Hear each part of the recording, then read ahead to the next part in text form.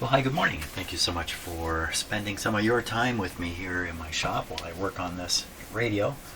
The next thing I'm going to work on are two capacitors I just noticed in here just as I was getting ready to start the video, and I think it might be interesting to look into what's going on with them. This guy here, because he's soldered to the chassis right here. That's interesting to me. But he's not alone. That's the thing. Here's another one, also soldered to the chassis. So as I look around for other things that are soldered to the chassis in here, to be honest with you, I thought I saw a terminal up here, and then I couldn't see it again. It was probably just my imagination. Well, that's interesting. There's a terminal. Oh, this is a terminal strip. So here's a terminal here that does go to the chassis, but nothing's hooked up to it. So I don't know what I saw. So for now, we're going to go with the idea that there's only two things attached to the chassis. That's this capacitor and this one. So we're going to look on the schematic and try to figure out what's up with that. Is there something up with that? Okay, let's go take a look. Okay, here's the chassis to our G-165. Now, mine just says G-165. There's no, well, there'll never be an A if you think about it, just a B and a C. So I think I've got the 165A. For some reason, it's not included here, which means there's some differences between, I would assume anyway, there are some differences between this schematic and the radio I've got in front of me. Differences, I could not find another version of this schematic. I would imagine the differences to be very minor. And okay, so on that assumption, so if you look around this schematic for things that are attached to the chassis, well, this symbol shoots out right here, and here it is again up here. So,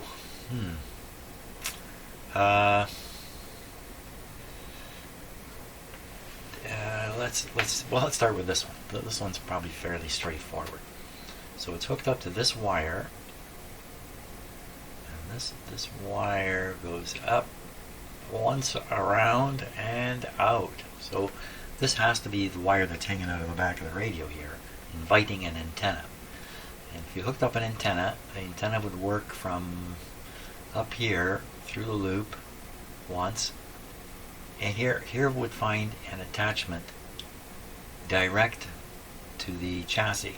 This is not a earth symbol, this is a chassis grounding symbol.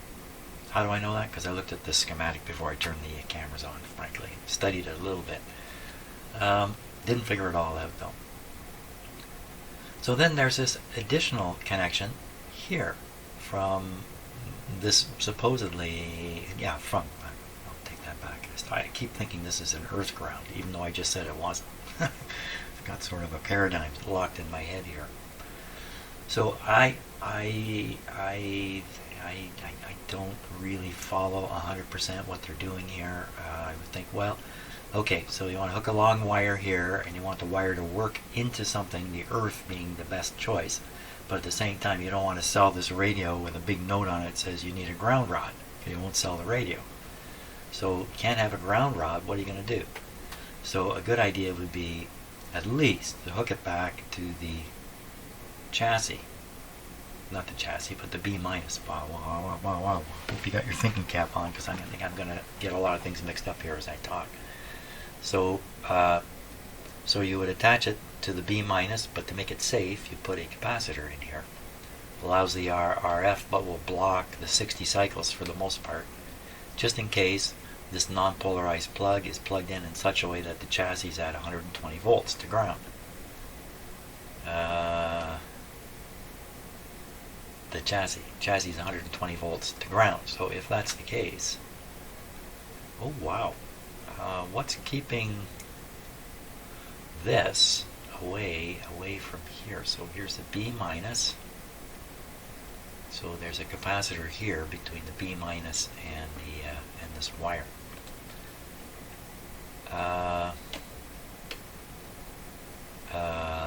Yeah, so So I can kind of follow why this exists. Why they want to attach this to the chassis, not sure. Not sure. I think that's really the question mark in my mind. If you attach it to the chassis through a capacitor, and then the chassis is in turn connected to basically the big neutral system of your electric, of your hydro supply or power supply,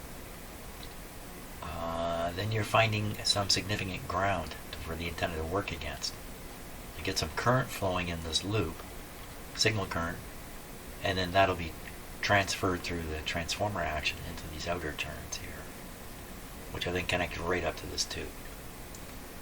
Yeah, if it sounds like I'm not sure what I'm talking about, I am not sure what they're doing here. It looks so simple. Let's look at the other one. Add some more to the confusion. So if we assume this is the B minus, I don't think it's an assumption. I think this is the B minus here. Not an assumption. Then the B minus is attached to the chassis through this capacitor. Okay, that's good. Now there's some more stuff, chassis-like stuff. That's the metal cans on these tubes. And they are connected, if you look at pin number 1 right here, they are connected to this line. That's pin number 1 there, and pin number 1 here. All these shield pins are connected. You know, I think in the radio I've got one of these as a glass tube. So it wouldn't have this ground shield connection. But in any case, carrying on. So what do you do? So they connect these metal shells together, and then they connect them to the chassis. And the chassis is connected to B minus. So basically through these two capacitors, the shields are connected to B minus. Now, come over here and look at this curious resistor here. Very large, almost 5 megohm resistor. It's very, very large. That looks like a dot to me, right there. So it looks like there's a 5 megohm resistor between this shield connection of the tubes and B minus. I don't understand exactly how this is helping anything. But the fact is, the two capacitors I pointed to at the start are these two here. Now let's just play a little game here. What if they were weak? I don't even understand what they're doing in the first place. But so let's say this one was cut away, no longer there. And these shields would be finding their way to B minus through this big resistor. And that's not much of a finding. So to a large degree, these metal shields will be tied together and isolated. Probably tying them together and having them isolated from everything else is bad, bad, bad. That's probably bad. So if we remove this capacitor and operate the set, we'll probably get a lot of weird behavior. Or is this enough to drain out whatever might be?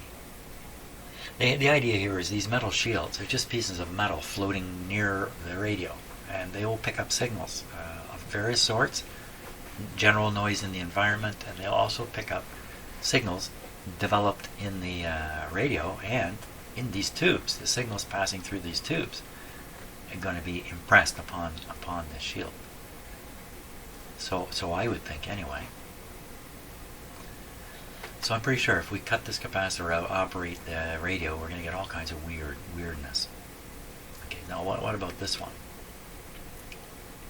So if we didn't have this capacitor, then this loop wire would go straight to the chassis,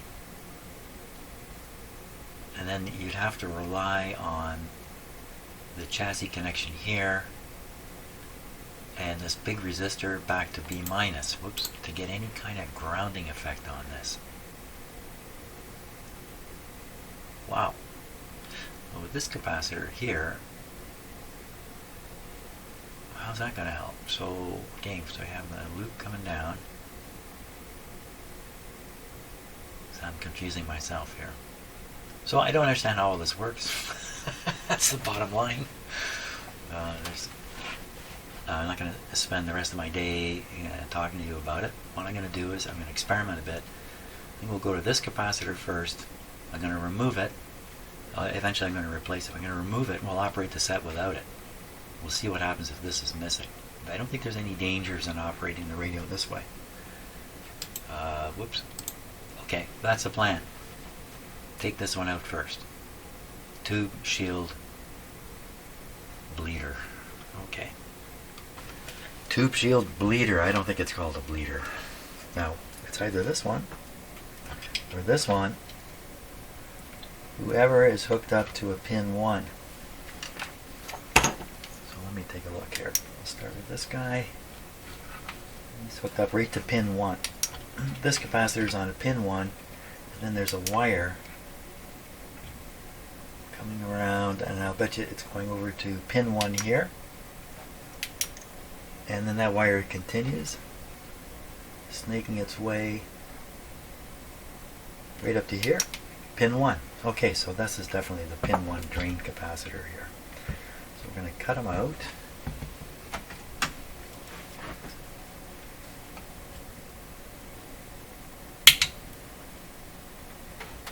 And it goes right to this terminal here.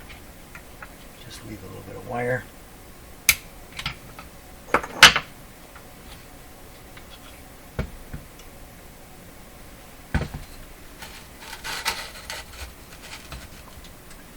One of the things I noticed I didn't comment on that schematic is the tuning capacitor frame is isolated from the chassis. And I don't know if you can see it in the camera, you probably can't, but down here are the screws that are holding the tuning capacitor to the chassis, and there's rubber grommets around them.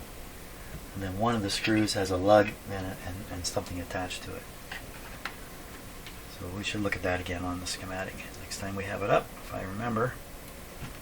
Here we are. This is a 0.05. Let's give them the test right away. And then we're going to run the radio without this capacitor in place at all. I think it's a reasonable guess that this is going to show partial opening on 50 volts and no opening of the eye on 150. That would be the same as all the rest pretty well.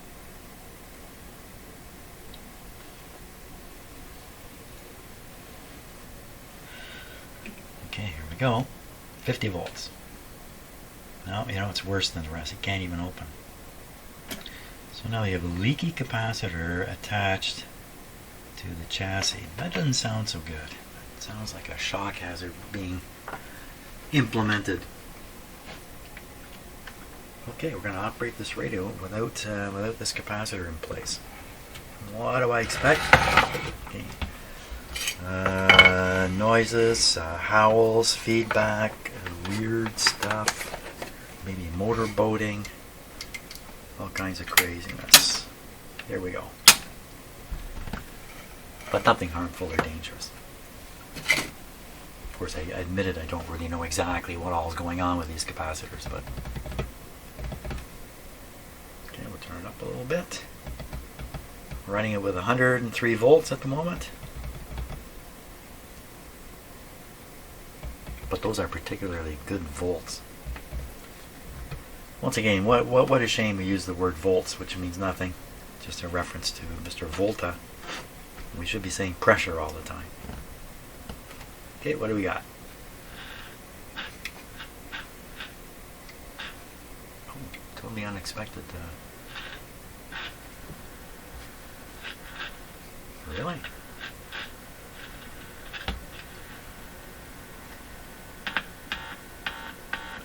With that capacitor connected, I'm pretty sure this wouldn't happen. Another one? Another one?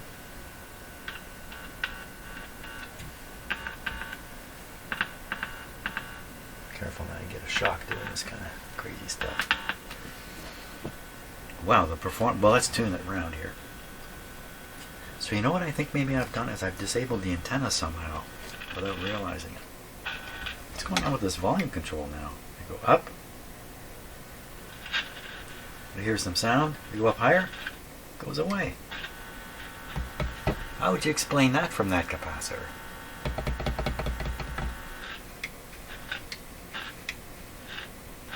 Like there's a sweet spot.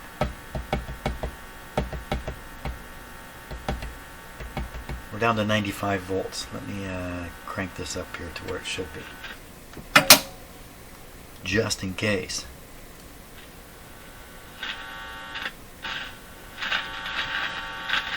So that hum reminds me of an open grid to an amplifier tube. That's usually what those sound like. Something similar here.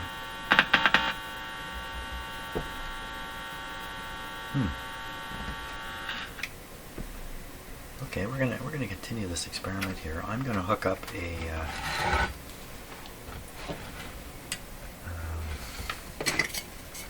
in place of that capacitor. I'm gonna hook up a adjustable capacitor I can select the values with. This is the, no, I have not. I'm going to use this box here. I have not tested. I just got this. Someone handed it to me, literally. So it goes from pretty small capacitance all the way up to 0.22. It doesn't go really large. No electrolytics. But I don't know the quality of the capacitors that are in here. But we're going to try this. I'm going to put it in. I'm going to set different settings. We took out at 0.02, right? It was 0.02. 0.05. We took out 0.05. And 0.05 is right here.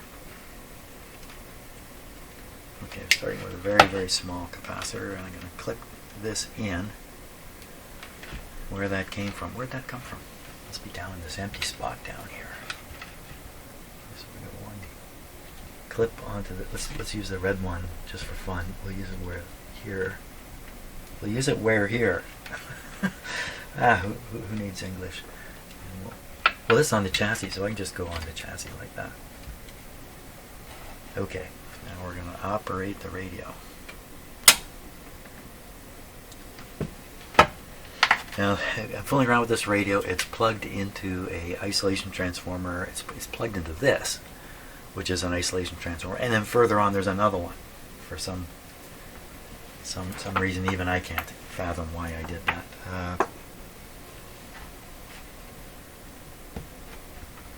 Okay, we're up at the 95 volts again. I got that same behavior. So we're going to turn this up and snap this along.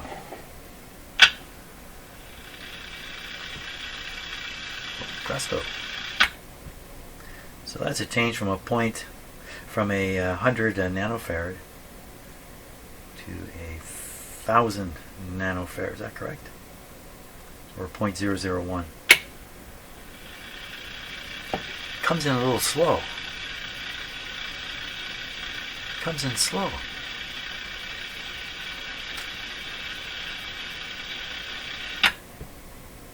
Goes away there. Now, for all I know, this is open or shorted. I don't think it's shorted. But this is way smaller than the one I took out.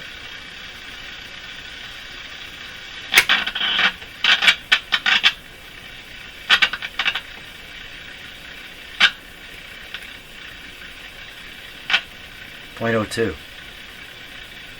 0.05. So I'm not hearing any difference. 0.2. I'm sorry, 0.1, 0.2. It's different here. There's more treble when I snap it here. And it comes in slowly again. Then it all goes away with this. Maybe this is open circuited here, this really small capacitor. Because how come it just goes completely away? Okay, we'll put it here.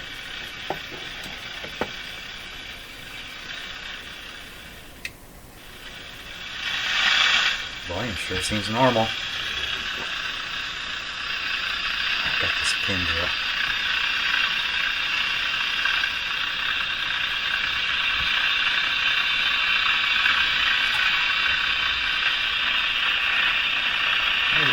Why is it changing so much?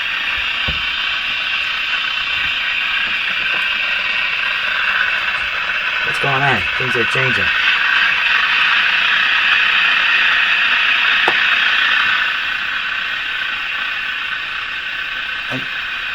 I'd swear this thing got louder and louder while I was doing that. Could have been tuning. I just tuned it a little bit by accident. Okay, where are we here? We want to go up this way. There's a station.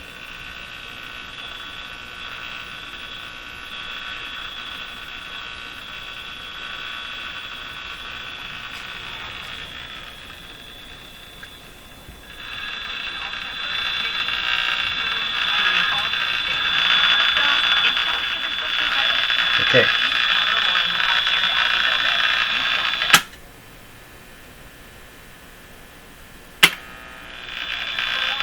Fade in.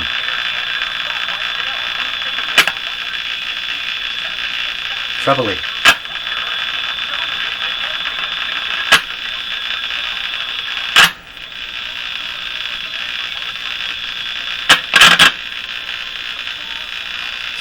Twice the size of what was in that.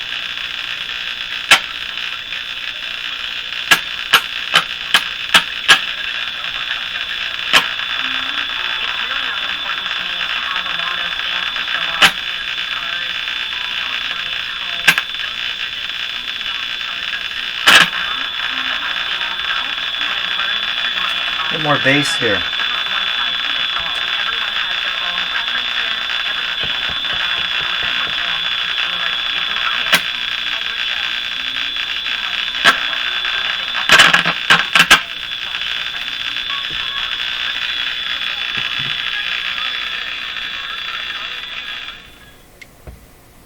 Ooh, okay, let's look at this capacitor again. I'm going to leave the radio operating here. Let's take a look at the schematic rather and this capacitor and see if we can explain why without it nothing works, and with a very small one apparently nothing works. But then with almost anything a little bit bigger it works okay, but the tone quality changes a little bit with a very small capacitance there. How can this be? All we're doing is draining the shields. Isn't that what's going on here? Let's take a look here. I like these puzzly things, so I enjoy this. You know, hunt for what might be obvious to you, not obvious to me. So what I've done is I've removed this capacitor. So the shields are now connected, all three together, through this 5 meg resistor to the B minus. And under those circumstances, the radio goes quiet and the volume has a weird effect. The volume control has a weird effect. So I am going to suggest that what's happening is the bias on some of these tubes is going off for some reason. I don't understand why. And when you snap in a capacitor here, I have no idea why this would be. Like, it fades in as if something is being depleted or charged up. What could that be? What could be depleted or charged up? And there's a time constant involved. It takes a moment to happen. And similarly, when this is very small, we get more. You get like a suppression of the high frequencies. Wow, I don't know where I'm going to explain this. So, here's a good chance to make comments for sure. There's a really good chance. So, this is a 0.05, which is like a small cheapo capacitor would be a 0.01 or a 0.02. They put a 0.05. It's not that much more expensive, I'm sure. A little bit more expensive. They're going to put in the cheapest thing they can everywhere. Smallest, cheapest that they can get away with everywhere. So, but it looks to me like you can put a really small one here and still have this work. Interesting. Again, so I will put back the proper size, 0.05. And again, I'm assuming this is the correct schematic. Probably is. Why did it fade in or out? I don't know. Okay, I'll put in the capacitor and we'll check the radio for operation here. I don't think I mentioned the weather for today. The weather here today is blah. It's rain, kind of a gray sky rain. Light rain, kind of all day. Although maybe some sun will come later, maybe. Told my cats that anyway, keep their spirits up. Let's give it another try with the nice new capacitor in there.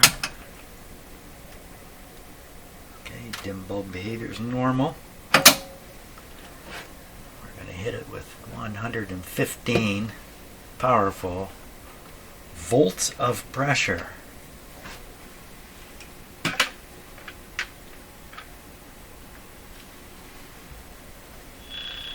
Where'd the light? Where'd the light go? Did I burn it up? Oh, I see it there. So there's a lot to be said about these lights in these radios that do not have a transformer, so they have no easy way to produce the light bulb voltage. So they sneak it out by tapping the heater of the rectifier tube. And they tap it at a point where under normal operating you're going to get somewhere around 6 volts or so coming to the light. And that's the story there. Oh yeah, that's not all the story. So there's a lot of stories around you need this light because it stops the inrush current, or you take this light out and then your rectifier is going to fail sooner, and there may be inklings of truth in those things. But mostly it's just a way to get 6 volts to operate a light bulb. That's my story. Well, there we are. I hear them.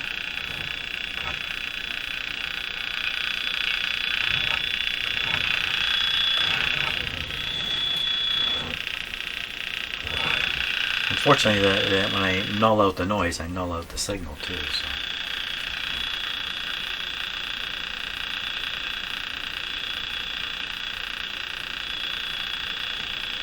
And of course, that shrill sound you're hearing is interference from something going on in my house, in my neighborhood, in my shop, in my head. I don't really know.